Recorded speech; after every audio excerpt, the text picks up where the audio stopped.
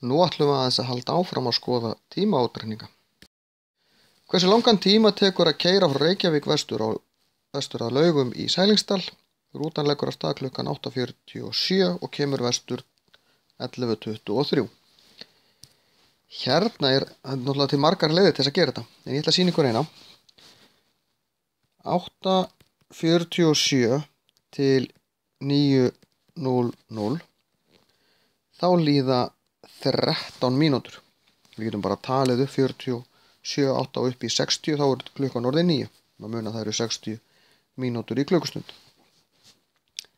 Síðan frá 9:00 til 10:00 eru 60 mínútur. Síðan eru þetta frá 10:00 til 11:00 aðrar 60 og frá 11:00 til 11:23 eru 23 mínútur. Þannig að við fáum út að þetta eru 2 klukkustundir, sem sagt, hér er ein og hér er önnur, 2 klukkustundir og 36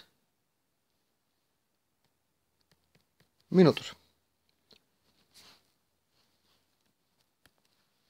Hvenær var rútan komið tilbaka í bæinn og jafn lengi að keyra tilbaka, þá þurfum við að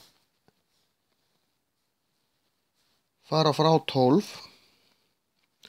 og við byrjum á frá 12:33 og ég ætla að bæta 36 mínútum við.